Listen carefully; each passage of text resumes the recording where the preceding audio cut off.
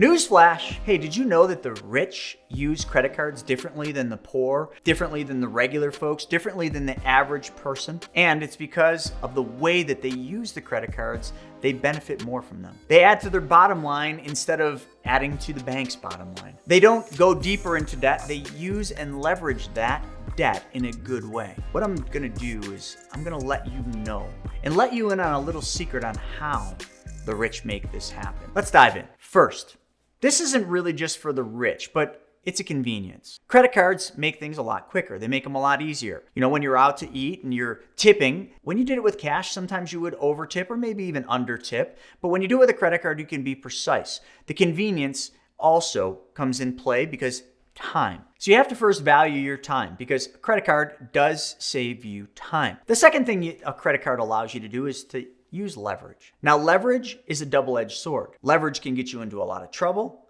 and it can also be used as a tool. The rich, the wealthy use leverage as a tool. They can use a credit card to go in and actually negotiate better prices because of time. It's faster, immediate gratification. And what most wealthy individuals do is they pay off the credit card every month. Why? Because they're not trying to play the game of building up debt and getting charged interest on balances. They pay it off every month. Many people, many wealthy people I've seen, make sure that right before the due date, that credit card is wiped out and they pay zero in interest. But you know what they get? They get the points. They get the rewards. They get free flights. They get, all those sky clubs. When they go to the airport, they're not sitting out in those seats that are uncomfortable with the person sitting next to you coughing. No, they're in a lounge where they're getting drinks and beverages and food and comfortable chairs and all the amenities. Why? Because they're playing a different game. That's it. It's not because they're paying for that. It's because they're leveraging the credit card. They're leveraging the usage and they're leveraging the availability of the money, the credit, and all the points that come along with that. So they spend as much money as they want. Now, this is something that might not be available to everybody, but all the stuff that I've said so far, most everyone with decent credit can take advantage of that. But this part's a little different. So the wealthy, I know many wealthy individuals that literally bought their car, and they drive nice cars, bought their car with a credit card. What did that do? So let's just say you bought a $120,000 luxury automobile, and you put it on your credit card, your Amex Platinum. That's $120,000 in points. And if they've got one of the cards like I do, they can get 2 to 5 times what they spend in points. Do you know what that does instantly? That gets you an awful lot of free flights. You know what that also does? That bumps you up to the top status for the airlines. So now all of a sudden, instead of sitting in the back in coach, chances are, if they're at that top level, they're also getting bumped up to first class. And are they paying that upgrade? Nope.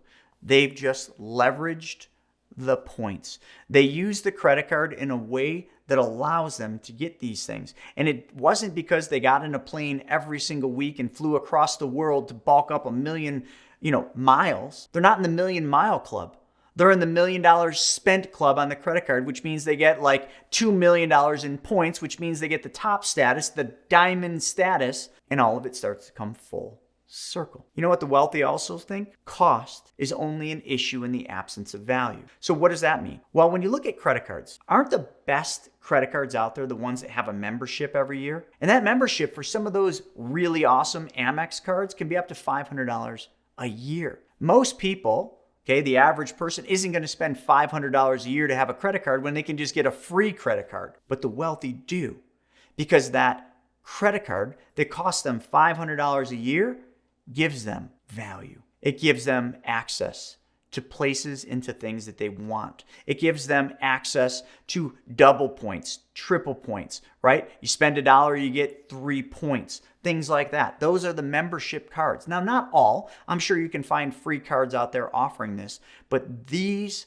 membership cards have a value associated with them. And the specific numbers for the points are also usually far better on the membership cards than they are on the free cards. You see, credit cards aren't dead. They're a method of payment when used properly. Most people think of a credit card as bad debt. That's only if you're carrying a balance. If you're paying it off every single month, it's actually an asset in a roundabout kind of way. It's actually looked at differently than the way most people look at it. Because if you're not keeping a balance and you're paying it off on time every time, you're only being charged the membership fee and you're getting all the perks and all the benefits and all the conveniences and all the value that everybody else is with the card, but yet they're carrying a balance. So this really ties into something else that I'm incredibly passionate about, and that is how to be your own bank. So now take everything that I just explained and how the wealthy use credit cards differently than everybody else. Now, apply how to be your own bank. Apply the systems that I teach. Apply how changing where your money goes first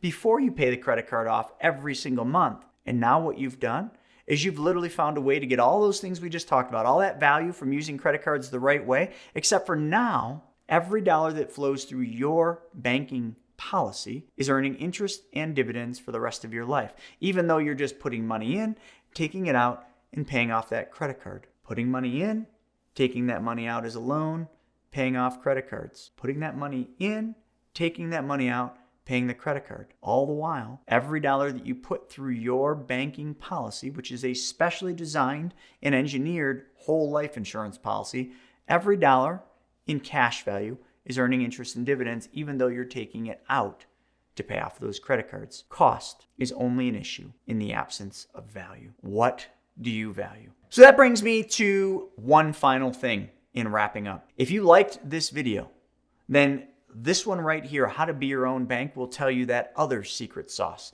that other secret of the wealthy that you absolutely can be applying. So check that video out, how to be your own bank. And while you're at it, why don't you subscribe to this channel, like this video, and click the little alerts button, smash that alerts button so that you're notified every single time we go live. Stay classy, folks. See you on the next one.